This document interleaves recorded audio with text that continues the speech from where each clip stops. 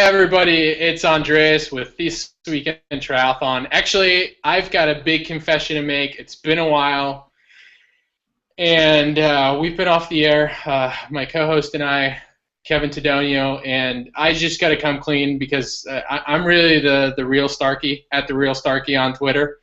So now that we've got that out of the way, super glad to be back on. You know, I feel a lot lighter. I feel like I'm not hiding something, Kevin. So welcome back. Nice to see you again. And yeah, I'm excited to talk a little bit of triathlon. Do you have any news yourself?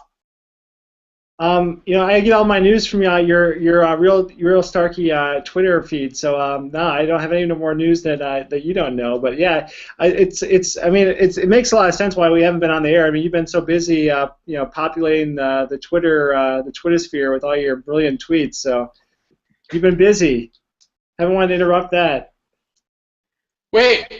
I'm just, you know, I was showing you the little fancy thing that I got over Christmas, and I was just looking through the Twitter feed, and I saw that you tweeted out that you were the real Starkey. What's up with that?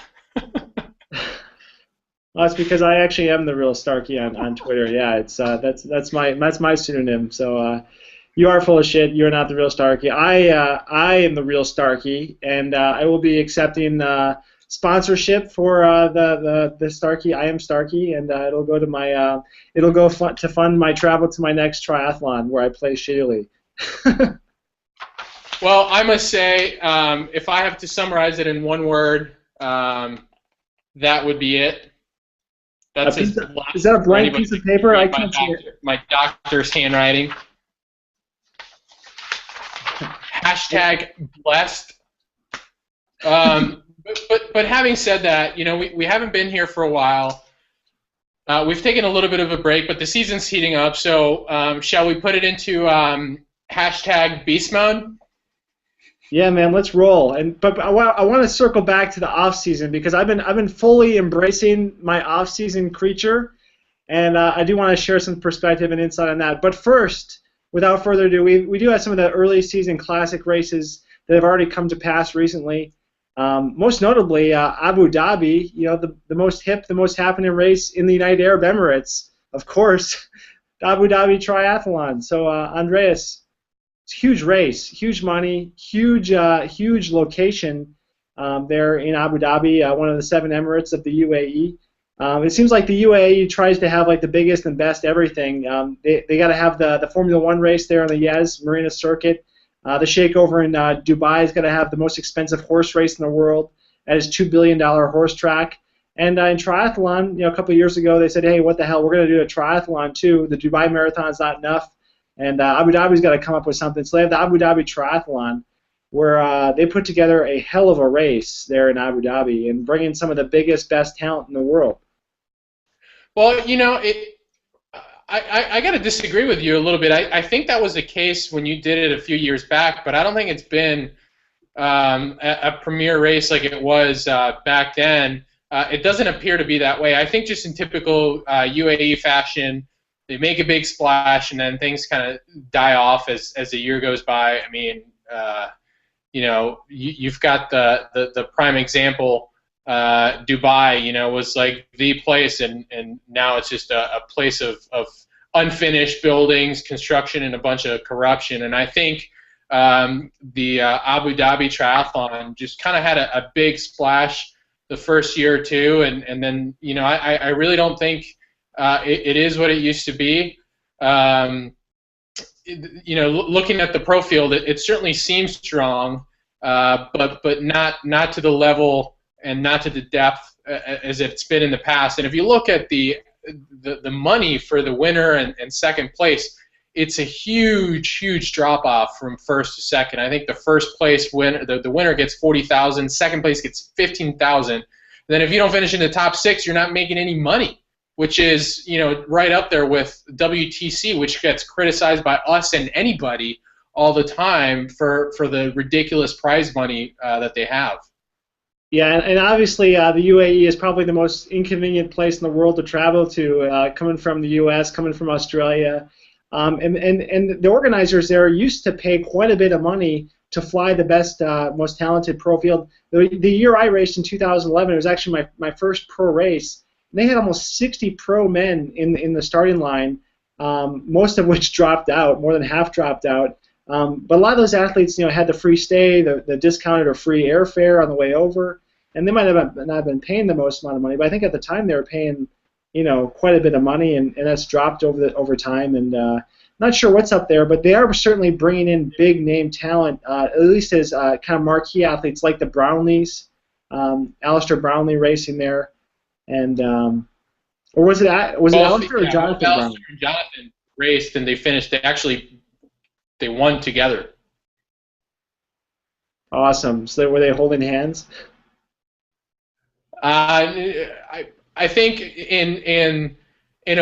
I think they were. I mean, not like you're trying to paint the picture of holding hands, but I think they crossed together. Whether they were holding hands or not, I mean, they might as well have been. But yeah, I think it was. I think for them, they probably got paid 17,000 times more to show up than to what it would cost to pay the first place winner. So it was more for them to show up. But so yeah. Anyway, I'm not a big fan of the race. Who's a big critic? And mostly, let me back off a little bit. Mostly, it's because of what happened to actual Starkowicz, not at the real Starkowicz. I think everybody's pretty familiar with that story. If not, Google it, because I don't, we don't have time to get into it. But a big critic of that race has been Herbert from Slow Twitch, and it's kind of refreshing to see somebody, not necessarily praise that race, because if you look at Lava and whatever, like Lava magazine was just praising the race like it was the greatest thing since sliced bread. And anyway. Yeah. Starkowicz, I think, did have a pretty negative experience. The culture there is just totally different. Just my perspective from the race, it is a unique style of racing. A little bit shorter run, real long bike, but on a really easy course as long as it's not windy. The swim is pretty protected and tends to be pretty smooth. But it's actually a pretty neat race. Just going to it's the only race I'll probably ever do in a Muslim-dominated country. So it was definitely interesting. But real quick, just getting into the results from this year. Any big takeaways for you? No, I didn't really. I kind of followed it, but I really didn't. For whatever reason, I've just not been in the mood, and I think that'll change after.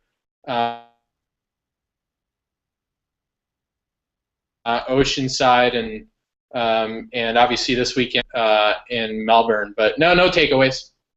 Well, I think my biggest takeaway, just since you're not giving me anything to feed off of, just on the women's side, the women's race, was actually absolutely fantastic. Just the people at the very front there, I still cannot pronounce. I'm just going to call her Melissa Roloson. The Australian former steeplechase runner that's kind of turned herself into one of the best half Ironman distance athletes in the world. She won last year in a time of 7 hours, 20 minutes, won this year in 7:24, a little bit slower. Not sure how much slower the day was. But right hot on her heels was Yvonne van Vlerken. I believe was she the second or third place finisher? Fourth place finisher at Kona last year. Yvonne was actually leading this race on the run course, and to see her only lose by less than a minute to Melissa Huschild was pretty fantastic. And Michelle Vesterby got third. She got eighth at Kona last year, so some pretty big talent at this race, and it was really cool to see two chicks really just fighting it out hard on that fast course. Actually, very similarly on the men's side of the race, my favorite triathlete, not named Sebastian Kienle, Bas Deerden. Deerden, I don't even know the proper way to pronounce his last name. He only lost by 43 or 47 seconds to Tyler Butterfield, who's been pretty hot as of late over the last year. So from the standpoint that you got two close races, you got two good races on the men's and the women's side. Yeah, yeah, and kind of coming up here, like you said, like we've been talking about, things are kind of coming back into racing season. People are getting back in shape. They've been working hard. Oceanside's coming up here. The most stacked field I've perhaps ever seen in a men's race outside of maybe the World Championships, arguably. Huge field there. Yeah, yeah, and that's the race that I'll be at, and I'm excited about from that point of view. But it seems like we always say that about this race, but this time really it's the most stacked race has been that's not the 70.3 World Championships. Yeah, and I don't need to reinvent the wheel here. If people are really interested in going through the entire start list, they can always head over to trylounge.com. They do a great job of putting up start list for pro start list, so they do a good job with that. But God, I mean, Jan Frodeno, Andy Potts is back, Jesse Thomas. I mean, this list goes on and on and on and on. And I mean, there's one of 25 guys that could realistically win this race. It's huge.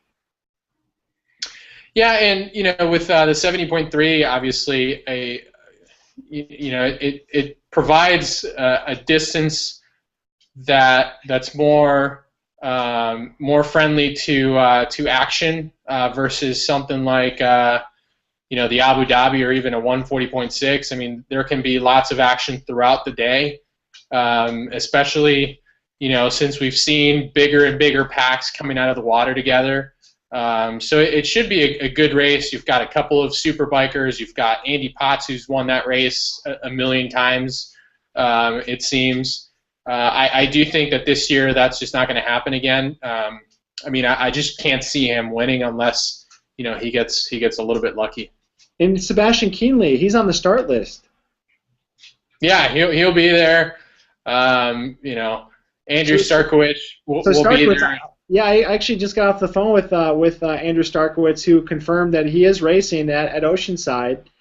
So we're going to have Kienle and we're going to have Starkowicz. It's going to be great to see those guys go head to head, even though we'll see what kind of form they're in. I mean, Kienle coming off of a cold winter in Northern Europe, and Starkowicz, who's been doing all his training for the most part in Wakanda, Illinois. And according to Starkowicz, he's actually been riding outside almost every single day this winter, which anyone coming from the eastern half of the United States knows has just been a brutal, maybe the most brutal winter of our lifetime. Anybody that's less than 40 years old, anyways. That's funny you say that, because that's such a Starkowicz thing to do, that something that somebody would say he would do, if that makes sense. Right outside in the middle of the winter in Chicago. Definitely something that somebody would say he would do. So it fits. It'll probably be nice and balmy in Oceanside for him, or at least it'll feel that way. But that's a good anecdote right there on how his training's been coming along. Yeah, for sure. So what else is going on? So there's obviously Melbourne's this weekend. We got a little bit ahead of ourselves with Oceanside. That's in 2 weeks, but Melbourne, I'm not so hot about this race. I don't know if it's because it's Spring Classic season right now, and you've got Milano San Remo coming up, and those races, for those of you who follow cycling, tend to be pretty exciting, tend to be pretty epic, if I may use that word. So it just doesn't seem to have the buildup that it has had for the last couple of years. But that's this weekend.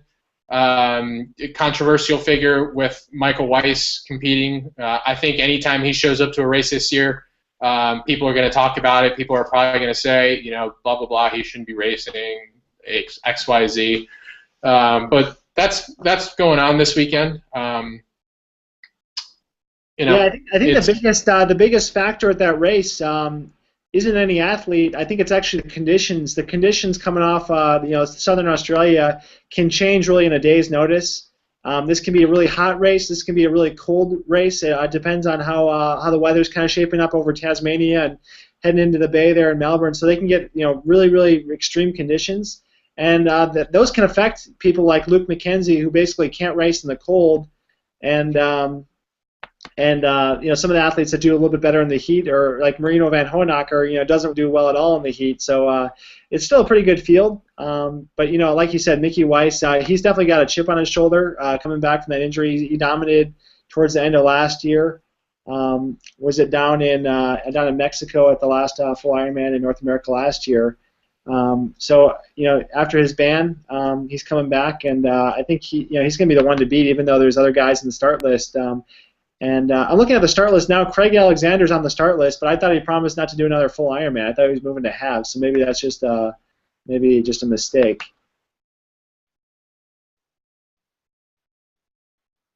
I hope it is a mistake, because I was thinking the same thing. It's like, he always says this, he's been saying the same thing for the last couple of years. Oh, I may be done, blah blah blah. So are you done or are you not, dude? Don't tell us the same thing over and over. Yeah, I think that's one of the huge issues that Ironman has as a company. And Ironman, I'm going to pick on Ironman just because they're the biggest kid on the block. They do such a poor job, communicating which athletes are racing. All the athletes are supposed to contact the Ironman's, basically athlete coordinator Heather Fuhrer in the U.S. When they're racing, and if they don't, they can actually get a penalty from the WTC. Which, if they get a couple penalties, they can actually get banned from doing certain races. So they're actually supposed to, basically let Ironman or WTC know that they're racing or not. And I really wish Ironman would just do a better job kind of hyping up these races and some of the drama between the athletes, because they really don't do that. They rely on people like me, the real Starkey, to drum up that drama for them.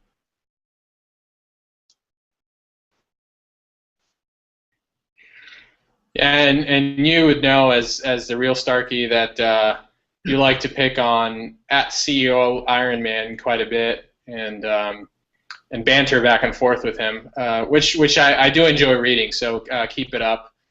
But I was just actually flipping back and forth between your face and that I see here on the screen and the start list, and I noticed that the women's list for Melbourne is just not that big, and I think that just goes on to show that the race is just not, it's not as popular as it was 2 years ago when it was the inaugural race, and obviously last year. So I think it tends to be a little bit inconvenient for a lot of people, even though there's a lot of racing going on in Australia right now.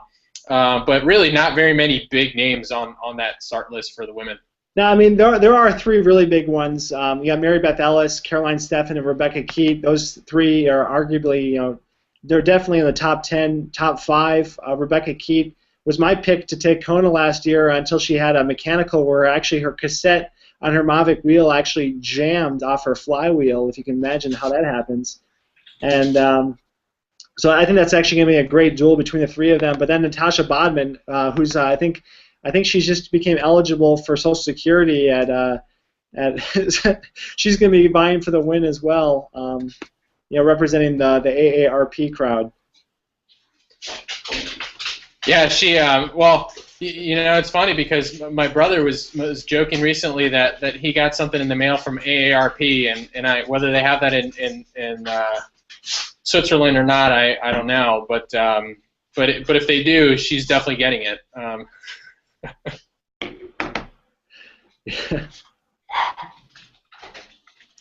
So anyway, go ahead.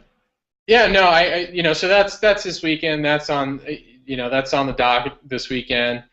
I'm hoping that you've kind of been suffering from the same sort of thing where you haven't been doing much training, and the inspiration hasn't been there. And I think part of it is I'm speaking for myself now, is there hasn't been a lot of excitement from the race world. So hopefully, the next couple of weekends spark that back up and give us lots to talk about, because there's clearly been not a heck of a lot. Yeah, so going back to the off-season thing, some people were asking me recently, are you ever going to race a triathlon again? We know you haven't been trained very seriously, really training at all. haven't signed up for any races this year, haven't even renewed your USAT license. What's up, man? Are you ever going to get back into it? What happened? And I think this actually happens to quite a few triathletes. Just get once in a while, it's such a click, and it's one of those things that can really kind of take over your life. And I kind of looked at myself in the mirror one time and was just like, I just need a break from this. Every time I go on Facebook or Twitter or on my computer, I get emails from athletes, and when I go outside, I see everybody running and biking and swimming all the time, and it's just hard to kind of like extricate yourself from the situation, just like get a break. So I just really needed a break. And it's kind of like, maybe you've ever had like maybe a rough night out after a hard night of partying, and you wake up and you just think, man, just like that smell of alcohol, that taste of alcohol, the idea of it just kind of makes you kind of queasy. And that's almost how it was like, back in January and February, where just looking at my running shoes or looking at my bike, I couldn't even enjoy it. And I'm just happy to say that finally I've kind of like hit like the kind of the downswing. I'm actually coming down from that, thank God, and starting to kind of get my mojo back a little bit, and actually just starting to run and get some excitement back in that. And I've had some shoulder issues going on, torn labrums in both shoulders, and just waiting for my insurance to approve that surgery. And that's kind of the thing that kind of instigated this whole kind of break to begin with for me. It was just I got to have my shoulders fixed so I can swim, so I can compete well. But I think for anybody that's ever suffering from kind of like a bit of like that just needs to get back into things, I think that the best thing you can do is just sign yourself up for some kind of an event. Just putting yourself, commit yourself to a certain date. I'm going to do a marathon this fall, and just having that on the calendar, just as a sign of commitment, will just hopefully kind of jump me back to life. It's interesting because your sort of situation is similar, but not quite the same to mine. And I've actually been enjoying doing. Let me backtrack. I never enjoy swimming, and I haven't been swimming, even though I'm supposed to be swimming at Oceanside. As far as I know, the drought hasn't affected that part of the ocean to the point where they may cancel the swim. So, anyway, I've still been enjoying, riding my bike and running. It's just the sport of triathlon from what we do and what we like to talk about hasn't given me a lot of inspiration for what we do and what we talk about. So it is kind of similar, but it's a little bit different. I'm still on my bike. I did sprain my ankle a couple weeks ago, so I haven't been running too much, but not because I haven't wanted to, but because those sort of injuries take a little while to recover from. My advice to somebody who's just not motivated would be to just kind of do it whenever they feel like it. If you feel like going to run, go run. If you don't. Don't feel like you have to do it, or don't feel like you do it because you have to do it. Just go out and do it when you feel compelled to do it. So that's my little piece of advice for today. Yeah, you always hear that saying that the absence makes the heart grow fonder. It's not a bad idea just to take a break once in a while. I think people get all wrapped up and get depressed when they're missing workouts. And once in a while, every year, every couple of years, find a new hobby, do something else. Read a book. Buy a drone. Buy a freaking drone. Exactly, that's what I'm talking about. So that's our deep thought for the week. Yeah, so who knows? Maybe we'll do one of these next week. Maybe we won't. I definitely think we will after Oceanside, just because we'll have plenty to talk about, between Melbourne and Oceanside, and the ITU season's actually ramping up as well. That's probably the one that provides the most exciting on a constant basis. For me at least. So I'll be excited to see how the season starts in Auckland, I believe. Which, if you haven't seen, they actually signed an agreement with Universal Sports.